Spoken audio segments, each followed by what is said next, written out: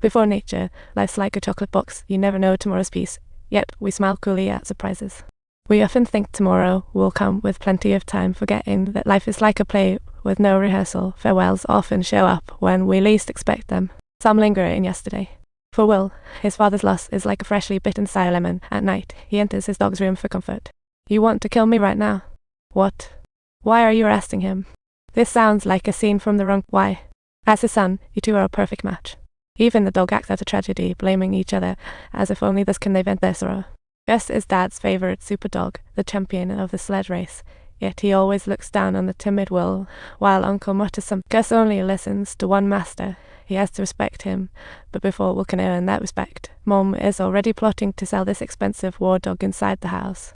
This pays the furniture debt, saves the ancestral farm all for real cake.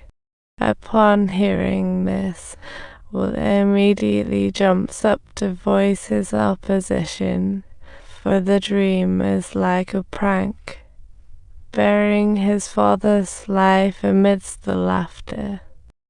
Now they want to take away Dad's favorite dog. If that's the price, I'd rather not be an adventurer in the snow and just get lost in bed. He aims to ease family burdens, attend college, but most of all, keep his father's dog, Gus. Thoughts drift like winter snowflakes. Next morning, sunlight hit his face, the prize paused to lay in the rainwater. Suddenly, he found his direction. The $10,000 price could buy him dreams and a home for the dog. Excited, he rushed to Mom. 10 grand could solve all our problems. But she firmly opposed his beautiful vision, turning away as if he were ranting about unicorns. He turned to Uncle Nate for support, only to find Uncle's stance identical to Mom's. If even your father couldn't win, how can you? Since Dad passed, my life has been a deep, dark pit. Living itself is a big problem, let alone so-called dreams, even if Uncle keeps opposing. With just a month until the competition, you don't have time to prepare. This rejection feels like a cold love letter, pushing him to plead his case to Mom. Seeing the sincere and determined look in her son's eyes, the iceberg in Mom's heart seemed to melt a little. Late at night, she approached Nate, asking if Will possibly had a chance to win. Uncle Nate didn't answer. Instead, at dawn, he yanked sleeping Will out the door. Cold wind is like a mandatory step in the competition. To accept the challenge, one must face it with courage. To defeat powerful opponents, you have to sacrifice sleep, embrace the night, and run like a lunatic under the moonlight. Learn focus, endurance, and strength. Stay true to your heart amid trials, face the storm, and chase miracles. With only determination and dreams, not rivals' strength or experience. Always be ready. After a month of tough training, Will boards the train to leave home. Mom says, "Don't go all out in the race, but you have to come back alive." The girl he likes gives him a warm winter hat, while the seemingly cold uncle gives him a special whistle that can echo. That melody can command the naughty Gus, and then he encourages Will. With the train whistling, Will sets off on an unknown journey filled with dreams and hope. It's his first time away from home in 17 years. Villagers say he gets lost within 10 minutes of leaving. But no one knows the change this timid boy will undergo in the race. After a day-and-night journey, Will, full of anticipation, enters the opening ceremony as the host introduces the organizers and international participants. They are strong, fit, and backed by financial groups, Icelandic cohorts, aloof Norwegian vets, and American cowboys. And Nordic champion Berg, with shifty eyes, these seasoned fighters are top championship contenders. In contrast, Will appears so flimsy, his eyes flickering with anticipation and anxiety. Next, the organizers outlined the race route. From Winnipeg South to St. Paul Central Park, the challenge spans 840 kilometers. Whoever finishes first wins. Suddenly, was shouted from the crowd. I sent my form and fee. Why am I barred? The college had blocked it. Organizers feared his death in the race. Upon learning he has just $2, they say it's futile. If he leaves, he must pay a $10 penalty.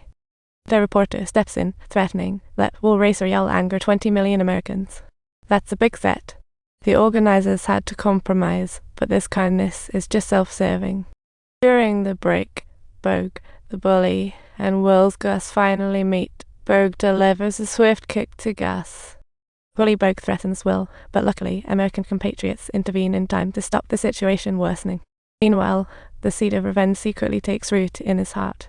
Elsewhere, the event's top 3 organisers sip red wine and place bets in their private carriage. They bet that Will won't last the day, and certainly won't reach the finish line.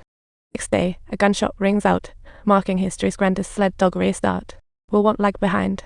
He goes all out, overtaking one opponent after another, like a lion sprinting down the track. Will, lacking experience, pulls the dog in, sleigh forward step by step, panting heavily after giving it his all. Subtitles turning his head, he realizes he has just cleared a free path for his opponent. Despite his reluctance, he has no choice but to regroup and keep chasing. Heading downhill becomes much easier. The previously laboured brass vanish in an instant. Yet the seemingly easy track hides potential dangers, and unfortunately he finds himself unable to continue the race again. Fortunately, he saved his own skin, but his American compatriot is so lucky that dog-eating burger attacked the American competitors. Distracted, Will nearly hits a crossbar but dodges it, upsetting his sleigh's balance. Gut-wrenching pain forces him to release his grip, causing him to tumble down the slope at breakneck speed. The cowboy with a broken spine can't compete, and Gus' commands make Will hit an opponent. This mishap greatly delays Will. When he arrives at the rest stop, others are already asleep. If you liked this story, don't forget to subscribe to our channel and share your adventures with your pup.